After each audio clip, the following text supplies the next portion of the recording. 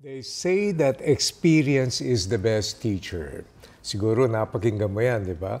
Pero i-qualify natin ng konti. Experience is not the best teacher. Evaluated experience is the best teacher. Kaya maraming mga tao, maraming experience, hindi pa rin natututo.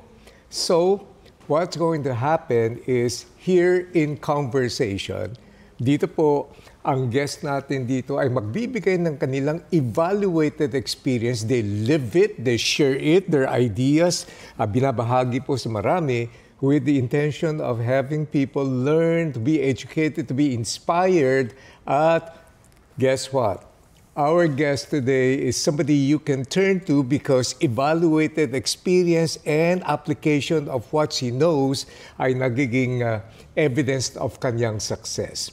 And there's no other that I can think of if you want to see how somebody who can start from something that is simple, nag-scale na ng husto, and understanding the dynamics of e-commerce and social media and everything else, and now going to the retail space.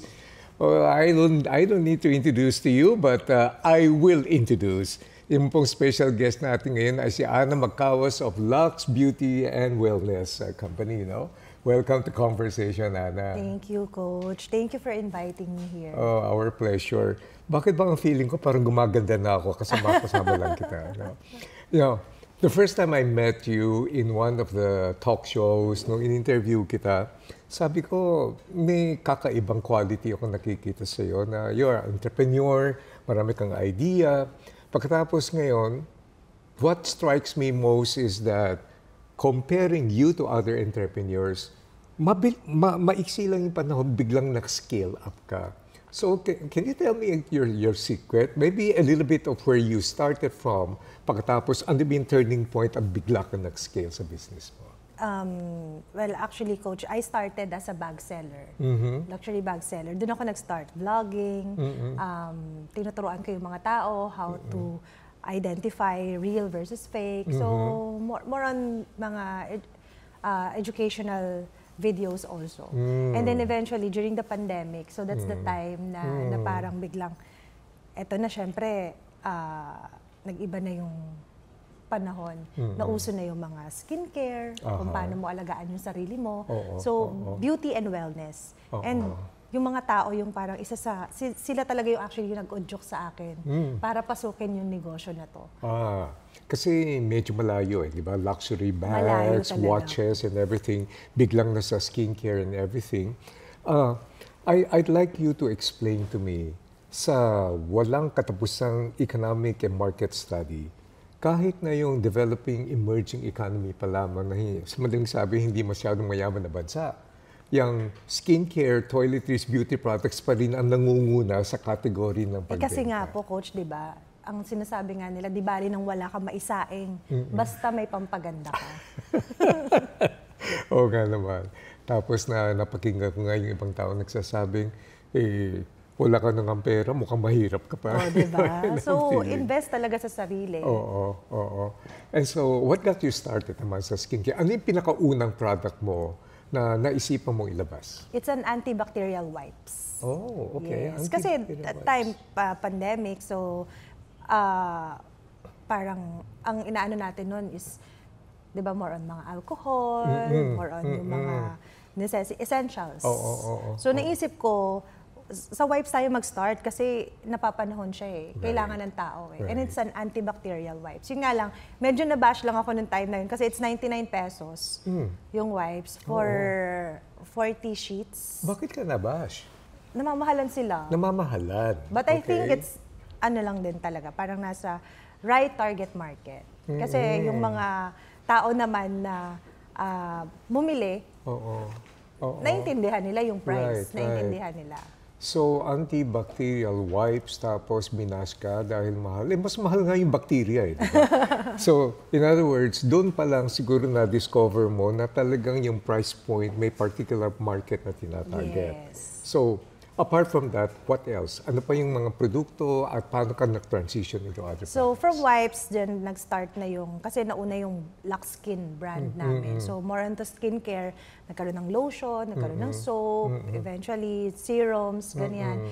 And then after 6 months, dun na nagkaroon kami ng drinks, which is the Lux Slim. Oh. So yun naman din, kasi me as a coffee lover, and yung frustration ko din na medyo kahit papaano mag-lose ako ng weight, ganyan. So isa rin yun sa mga struggles ko before.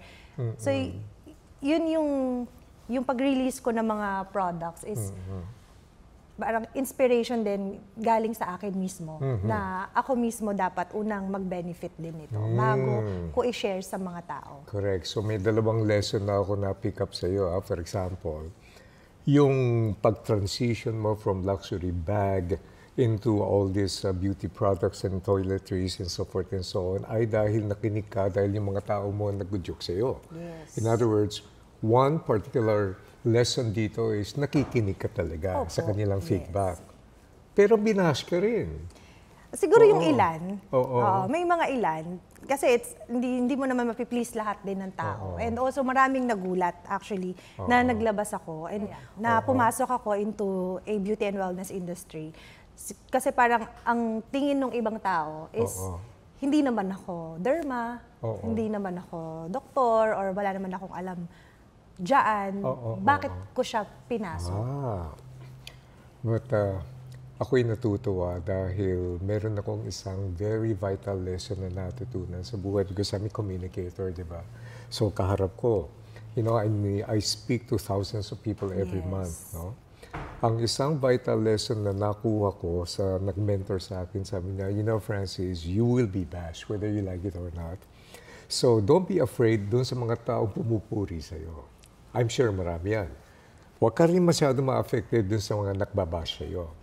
Ang pinaka nakakatakot is that when there is indifference. Ang indifference, ibig sabihin, wala kang effect eh. So, kay gusto ka, kay wala ka, wala eh. So that means, siguro, pag binabash ka, ibig sabihin, nakaka-call ka na rin ng attention. Yes. So, now, I understand na ang sipag mo, grabe, Ana, nakikita ko, nasa YouTube ka, nasa TikTok, grabe, sabi ko. Tapos minsan lang kita in-invite dito sa aking event, di ba, last year. Grabe, meron kang dalang, yung bang, does that have to happen? Like for example, kung wala kang bagong content na pinapakita, do you immediately sense and feel na may effect dito sa business mo? Kasi for me, since I started, Coach, as a content creator na rin, content creator na rin matatawag kasi nga I do vlogs before po, di ba? So parang nandun na rin sa akin na kailangan ko mag-produce ng content also. And yung product intrusion naman or yung intrusion ng business is parang andun din naman pero nakikita ng tao ano ba yung nangyayari sa life ko. Hindi naman kailangan actually, Coach, na 24/7 i-update mo sila or sasabihin mo ano yung nangyayari sa'yo. But then, at least lang they know na eto si Ana Magkawas on and off cam. Na nakikita nila yung process, nakikita nila ano ba yung trabaho ko, ano ba yung ginagawa ko, ano ba yung ginagawa ko every day.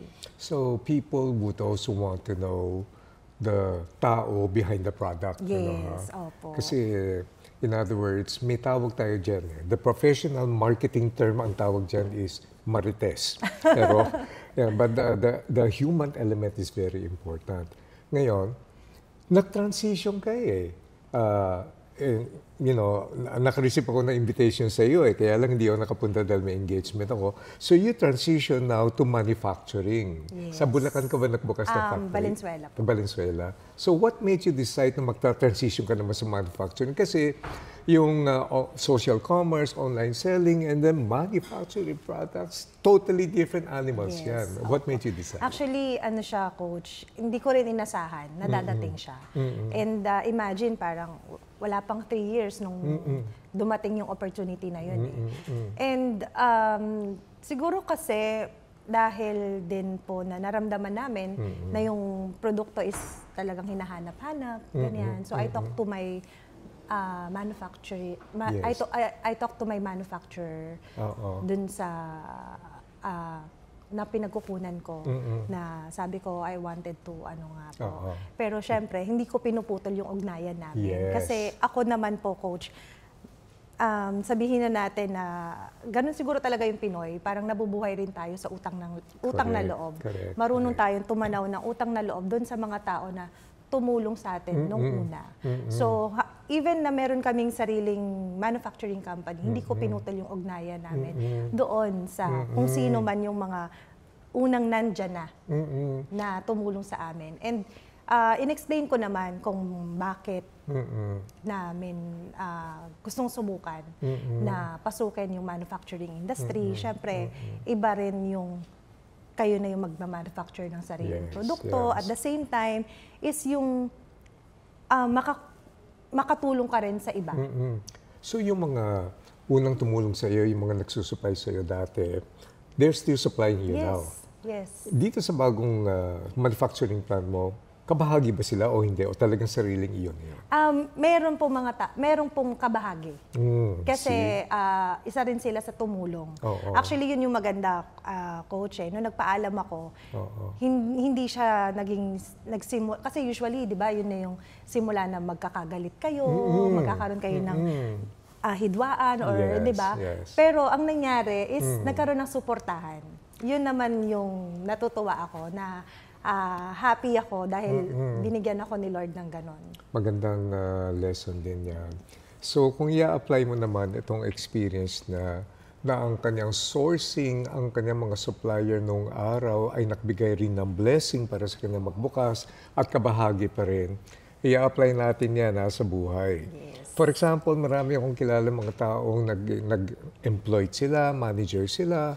Ba yung nasa isip nila, pag nagsarili na ako, kakalabanin ko ngayon itong boss ko, or that's not a very good thing. Indeed. At least, the preservation of relationship is very important dahil malay mo, pag maganda ang relationship, mas lalaki pa yan, na mas may opportunity pa.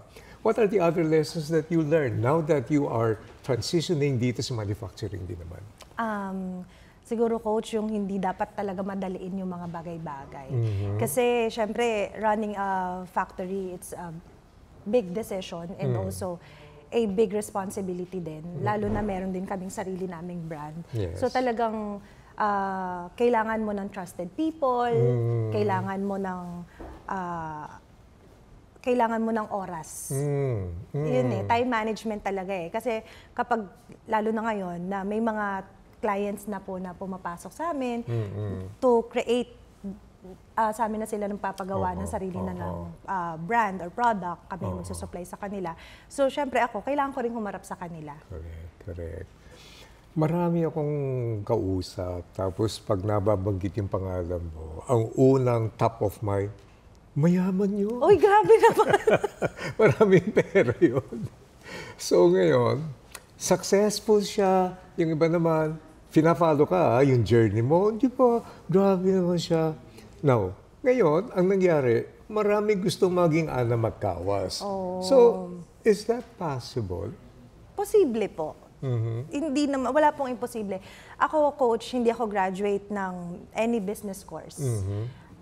Though, nag-take po ako, recently lang, nag-take ako ng short course sa Harvard via online po. Pero, ayun yung sinasabi ko na hindi naman porke sa tingin mo, hindi yan yung pinag-aralan mo, ay hindi mo na kayang gawin. Correct. Kasi naniniwala ako na papag-aralan po yan. Dito ko nagtataka yung online course mo dito sa Harvard, tinuruan mo ba yung mga taga-Harvard kung paano magnegosyo? And one more thing is that isang bagay na natutunan ko talaga is that we have to continue learning. Yes, continue learning po talaga. And yung sinabi mo, Coach, kanina na experience also is the best tool para matuto tayo. Totoo po yun. So, dun sa experience ko habang pinapatakbo yung negosyong ito, ang dami kong nakakausap, nakakasalamuhan na iba't ibang tao. Talagang ang daming mga learning experiences na natututo din naman tayo. Natututo tayo. Ang mahalaga, natututo tayo. Yes. Now, will you agree with me if I say, ngayon nasa manufacturing ka na, whether you are in social commerce, you are in e-commerce, now you're in manufacturing. Isa sa mga pinakamalaking challenge natin, hindi ekonomiya, hindi yung produkto, hindi marketing, tao. Tao talaga po. Opo. What are the Napakahirap. challenges? Ang hirap Oo. mag-hire. Oo. Actually, isa sa mga challenges namin din, hindi lang naman po sa manufacturing side, but even dun sa ano namin mismo, sa Lux Beauty and Wellness Group mismo. So, is kapag nag-hire ka, expect na natin ngayon, pag nag-hire ka ng Gen Z people. So, medyo maiksi yung ano nila. Yung stay, ano? Yes, parang hindi mo masabi kung tatagal ba siya sa'yo. Correct. Kasi una-una, ayan yung andyan yung mas masyado silang emosyonal. Pag napagalitan mo or napagsabihan mo, minsan dinidibdib nila. Or kapag meron silang hindi nagustuhan dun sa environment, sa opisina, or the way kung papaano kayo sa opisina. So, hindi mo mag-please na magstay. So how do you deal with that? Halimbawa, kitang-kita mo itong batang to, napakagaling, ganda ng potential niya, talent, lahat nandyan, no? Nakakahinayang. Pero napaka-emotional naman. So how do you deal with talents like this? Actually, nagkaroon kami ng ganyan, na talagang malaki yung potential ng bata. Graduate ng isang napakagandang school. Pero yun nga, very emotional. Parang iiyak na lang, gano'n. Mahirap po eh. Kasi syempre sa trabaho, hindi naman din pwedeng palagi mong iintindihin. Kailangan niya ring matuto na maging matatag, matapang. So, nung nagpasa siya ng resignation letter, hindi na namin pinigilan. Mahirap din naman Mahirap kasi, no? din po. Mahirap pilitin kasi ang isang bagay na kung sa tingin mo, in the long run, ay doon din naman kayo pupunta. So, kasi, ang feeling ko lang dito is that yung mga bata, nakikita nila yung mga success stories katulad ni Ana Magkawas, Lux Philippines, and so forth and so on. Ang hindi nila nakikita, the invisible component, there is yung process. Yes. Kung saan ka nagsimula, bago ka makarating dito sa kinalalagyan mo ngayon. So here's my question. From the moment na nagta-transition ka from selling until to the day that you have right now, the Ana Magkawas of today, how long did it take? Actually, ano siya, coach eh, proseso talaga siya. Hindi siya madali. Doon sa iba, nakikita nila na 3 years pa lang kami, coach, di ba? Pero pag narinig nila yung pangalan namin or yung brand namin, nasa isip nila, 10 years na kami. Dahil sa dami ng mga nangyari, ang dami naming ginawa. So, hindi siya ganun, hindi siya instant. Hindi siya instant. No? Hindi siya instant talaga. At alam ng mga tao yan. Talagang, yung nakikita nyo po na ganito, ganyan, successful, is ano lang yan eh. Parang finished product. Finished product na yan. Hindi nyo nakita. But sa amin naman, since on my ano naman po, dahil nagba-vlog na ako, nagbi-videos ako, sinishare ko naman din sa mga tao yung mga nagiging struggles namin. Pero hindi nga lang lahat. Hindi pa yun lahat po na nakita ninyo ang, kumbaga, wala pa sa 1/4 ng hirap namin. Kaya one of the biggest lessons na matutunan natin kay Ana is meron tayong tinatawag na instant ramen, instant mommy, instant coffee, instant baby milk. Nagpuproduce ng instant baby, hindi po. Pero there's no such thing as instant success. Yes. Dadaan ka talaga sa proseso. Ngayon, ang nakikita ng mga tao, ni Ana Magkawas now, externally, nandyan na yan. Yan ang visible eh. Ang invisible, yung mga struggle, yung mga challenges, yung mga pagtanggap ng bashing. Yes. And hindi lang yun, ha? Dealing with bashing, masakit yun, no? Siyempre, masasaktan ka. Pero handling success is also a responsibility. Opo. Actually, mahirap. How do you handle naman? It's also frustrating, coach. So, hindi rin ibig sabihin na nandito ka na sa success, eh, okay ka na. Kasi it's also na, how do you maintain yung success? Dahil ayaw naman natin na andito ka and yet bigla kang bababa or mawawala rin sa'yo ang lahat. Lalo na maraming tao maraming distributors, maraming mga, yung mga naniniwala sa produkto na nakaasa at nakatingin sa'yo. Alam mo, isang bagay na it's not an advice but an observation. You know, marami akong mga kilalang successful na tao, ang number one challenge nila, hindi lang sa pag-maintain ng success. In fact, nag-expand pa nga sila eh. Their biggest challenge is, you don't know who to trust anymore. No? Kaya nga, sabi ng isang guest natin, success is relative.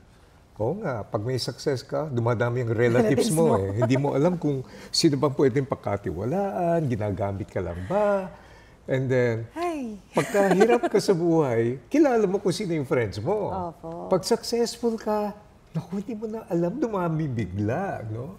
So, have you ever had that experience na akala mo friend mo pero nabitray ka naman? Ayun na nga po. Actually, madami. Sobrang dami. And recently, so, we were betrayed talaga. Na parang akala ko, actually, it's a big money.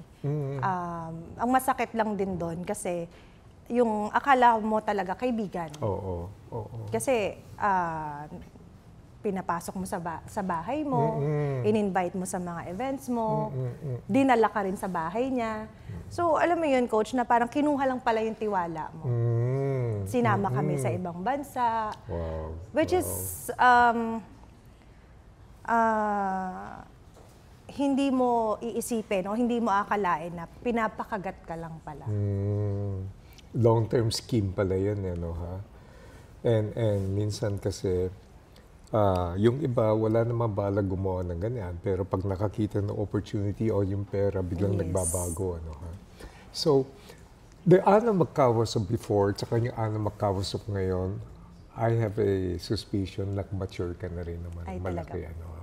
So, in what areas of maturity can you share with our audience na naging part ng life journey mo that can bring you to even more success if yung mga viewers natin, ng mga listeners, they will execute itong evaluated experience mo? Siguro ngayon, Coach, ang napansin ko din sa sarili ko, parang hindi na din ako masyadong affected talaga ng mga bashing. Parang kung dati, ang dalas kong sumagot sa mga bashers. Ngayon, parang sasagutin pa ba kita? Sayang yung oras ko. Ang dami kong ginagawa, ang dami kong mas productive na pwedeng gawin kaysa yung sagutin kita. Pero paminsan-minsan, kapag talagang hindi ko matiis. Pero kung titingnan mo ngayon yung feed ko, wala halos eh.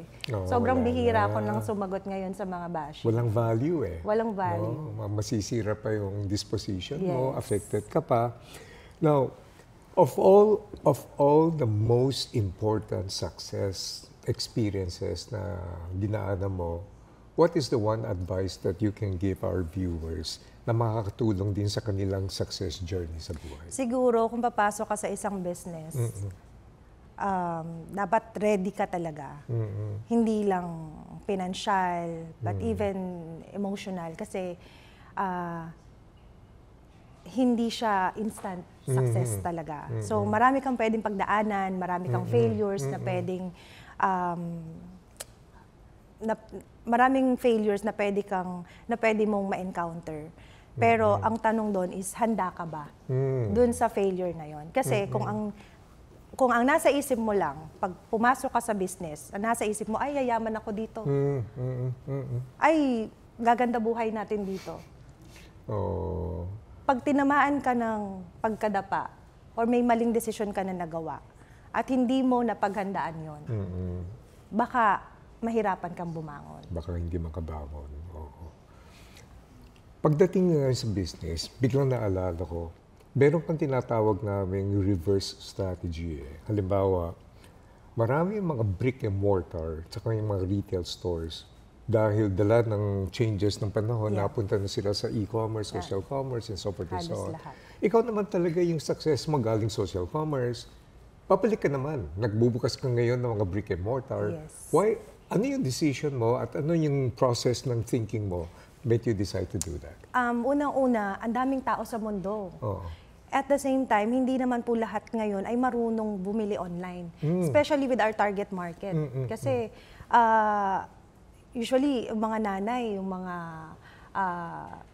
galing opisina, 'di ba? Minsan dumadaan ng malls talaga yan. Yes, O kaya yes. pag family day, nasa malls yung mga tao. And yung iba sa kanila, andun pa rin yung takot na bumili online. Oh, okay. Especially yung pagkalat ng fakes kasi pinipeke din po kasi yung produkto namin. Pinifake ka na rin. Yes, ang dami po. That means you're successful na. Kaya, well, yes, parang yun din naman po yun. It means na good thing, kumbaga dahil ibig sabihin, successful yung produkto, ginagaya siya, pero syempre, dangerous siya, lalo na para sa mga consumers. Wala, ang hirap po ang dami na naming mga ginawa rin na nag-report kami, pa-NBI kami, pa-media kami, talagang yung awareness na ginagawa namin, and yet magagaling talaga sila. Correct. Tsaka parang hindi mo mapigilan no? Nagma-mushroom sila. Bigla na lang sila susulpot. Minsan, baka nga mas malaki pa yung benta nila kaysa sa amin Oo nga. Yeah, we've struggled with that. Ngayon, dito ako na-struck ako dun sa sinasabi mo, marami mga mothers na takot pa rin mag-online and social commerce. So, at least pag nasa store, legitimate yan. Yes. Binabantayan ngayon ng mga landlords sa malls yan, hindi napapapasok ng mga peke. So, at saka siya, Coach, for me, it's also a marketing na part of marketing as well, na palagi ka nakikita. Yung sinasabi nila na out of sight, out of mind. Correct. So pag ikaw, palagi ka nadadaanan, yung kiosk mo or yung product mo, nakikita sa kung saan-saang establishment, supermarket, di ba? So parang pag sinabi nilang, kailangan ko ng slimming coffee, Lux Slim agad. Correct, Diba? correct. Matagal na ako nasa retail So I now sit on the board of a huge retail company chain. No?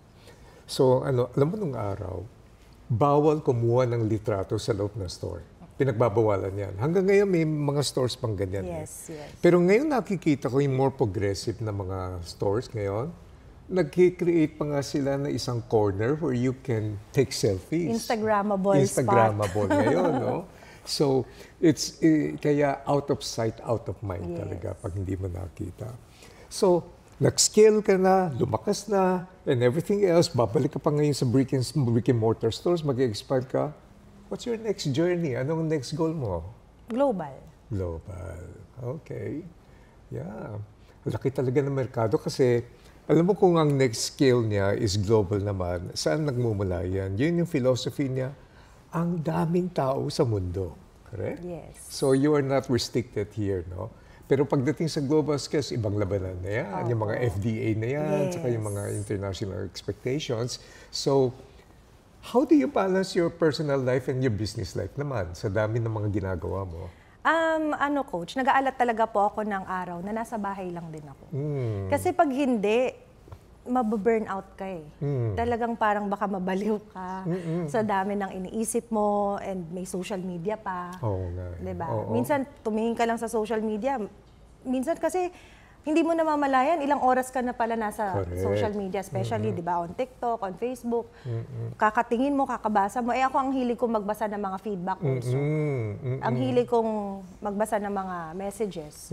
So, nag-aalat din po talaga ako ng time na kasama ko yung mga kids, yung asawa ko, may Netflix time kami, bonding moment kami. Kasi mahirap pag wala. At saka, syempre, ayoko rin lumayo yung loob ng mga anak ko sa akin. Ana, marami tayong pinag-usapan, marami tayong journey na iyong dinaanan, na ang tawag nga natin evaluated experience.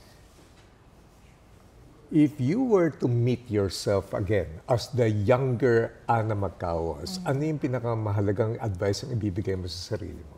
Huwag kang masyadong mapagtiwala. Huwag kang masyadong mabait. Hindi kasi ako judgmental, Coach. Parang ang tingin ko sa lahat ng tao, mabait. Genuine yung tingin sa'yo. Parang kapag nag-hi, hello sa'yo is, ay, okay to. Kaibigan mo, ganon. Alam mo yun, parang hindi ako yung tipo ng tao na pag nakita kita, i-judge kita agad na masamang tao ka. Oo nga, kasi masakit talaga, lalo na pag na-betrayed ka, no? Kasi nag-invest ka sa buhay ng taong yan. And then, siguro, where do you see yourself 10 years from now? 10 years from now, parang, okay. Ang dami ko kasing gustong gawin, Coach, sa totoo lang. Pero, andun pa rin yung, may mga moments din na nalilito ako or tinatanong ko rin yung sarili ko. Actually, last night, magkausap lang din kami ng asawa ko. Parang nagbe-brainstorming kami. And sinasabi ko sa kanya yung mga frustrations ko, mga disappointments ko sa sarili ko. May mga ganun din ako na akala nyo lang perfect yung nakikita nyo, pero hindi. Siguro, sana, siguro Coach, no? Sana, nakikita ko yung sarili ko na mas may oras na ako sa pamilya ko. Na nagta-travel kami. Kaya kong mawala sa Pilipinas ng 1 buwan. How many days can you afford na wala ka sa ngayon? Na-try namin, Coach, last year, 10 days? 10 days ba, RJ? 10 days. Pero, yun, Coach, kasi US. So, iba yung oras doon. Baliktad yung oras. So, din, Coach, parang hindi ko rin kaya, hindi ko matiis na hindi ako makipag-communicate sa Pilipinas. So, part pa rin ako ng business, part pa rin ako na kahit nandun ako, is pinapatakbo ko pa rin yung negosyo dito. Alam mo, Ana, kung hindi social commerce talaga ang nature ng business mo, ang advice ko dun sa mga kliyente ko malalaki, sabi ko nga sa kanya, yung isa, billionaire. So, ang tanong ko sa kanya, kung gusto mong mag-Alaskang cruise ka, pagkatapos susundan mo ng Caribbean ng konti, in other words, 6 months ka mawawala, that's my way of saying, pag nawala ka na rito sa mundong to, siyempre, will your company continue to run o hindi? Tinignan niya ako Tapos sabi niya, I don't think so. Sabi ko, you have a problem. You really need to have professional people who can run your business kahit wala ka. Yun ang pangarap ko, Coach. Kasi kung ikaw naman, bilang may-ari ng negosyo, pagkatapos busy ka pa sa mga intricate details na yan, you're overpaid. You're underutilized. Kasi ang trabaho ng may-ari ng negosyo ay kinakailangan yung bang visionary ka. Magsiset ka na naman ng bagong concept and bagong idea. But that was before social commerce. Ang social commerce talaga, ikaw yun You're the face of your product, di ba? Yes. So, is there anybody na iyong mine-mentor na pwedeng mag-replace din sa iyo kahit na hindi dito sa product mo, sa business mo, but for other businesses? Like, maybe your children or somebody else. Ano sa palagay mo? I think, Coach, pwede kong isa yan sa ituturo ko sa mga anak ko. Or actually, ang dami kong pang gustong gawin, pero dahil hindi ko na kaya or hindi ko na kayang hatiin yung sarili ko, parang gusto kong maghanap ng tao na i-mentor talaga na gawin mo to, i-guide kita. Kasi sayang ang dami ko naiisip na mga potential businesses or products na pwede sanang mag-boom. Pero dahil isa lang yung katawan ko at ang dami na rin po namin produkto, baka hindi ko mapagtuunan ng pansin. Masayang. E ngayon, halimbawa, ako yung nakapag-aral, ako ay nakpa-follow sa iyo, ikaw yung pinaka-fanboy ako, gusto ko magtrabaho sa iyo, gusto ko magpa-mentor sa iyo. Ano yung mahalagang quality ang hahanapin mo sa taong may mentoran mo? Okay. Siguro, Coach, kailangan mahaba yung pasensya. Kailangan mahaba yung pasensya mo. Kasi kung mabilis kang sumuko, sayang. Sayang. Hindi lang nasayang yung mine-mentor mo, nasayang pa yung pag-mentor mo. Sayang yung oras ko. Oo nga. Totoo. And siguro, yung character, dapat pwedeng pagkatiwalaan. Yes. Opo. Siyempre, number 1 din yun, kasama yun na unang-una sa tao, kailangan ikaw mismo, mapapagkatiwalaan ka. Correct. At the end of the day, ito naman hindi fair na question, pero we'd like to leave the audience with something to learn. Halimbawa lang, hindi fair itong question na to, pero if you were to choose yung integrity and character and pera, which one is mas matimbang sa'yo? Integrity and character. And why so? Ang pera, madali mo namang kitain yan . Oo. Ang pera, coach, kahit mawala yan, unang-una, kaya nga tayo nandito, nagtatrabaho tayo para kumita ng pera. Bakit mo sisirain yung reputasyon mo? Correct. That's true. That's true. Ana, thank you. Thank you din, coach. One more thing I want to thank you kasi pag ako nag-i-invite sa'yo, hindi mo ako hinihindihan eh. Pero hindi mo naman ako sinisingil, right? Hindi naman. Pero si RJ po yata may ibibigay na sobre. Oh, talaga? Ulit. Well, Billing pala, billing. Billing. So, there you have it. Evaluated experience. Kaya pag kayo po ay nakakapaginig na nagsasabing, experience is the best teacher, correct but not complete. Evaluated experience is the best teacher. Marami po tayo napulot ng mga life lessons dito, hindi lamang po sa pag-scale ng negosyo, yung kanyang life journey, and that's what conversation is all about. Dito, no fluff, no cliche. Pag-uusapan talaga, i-reveal natin yung mga, hindi naman secrets, pero yung mga hindi pinag-uusapan ng mga bagay because that's the way we want to help people. And so, Ana, help me thank Ana for being here. And I'm sure that this has been a rewarding learning session for all of you. Thank you, Ana. Thank you, Coach. Thank you po sa mga viewers natin. And ayan, sana matry niyo po ang products namin, Lux Beauty and Wellness. Available din po yan sa aming mga distributors nationwide. Yes. Salamat. Thank you. Thank you.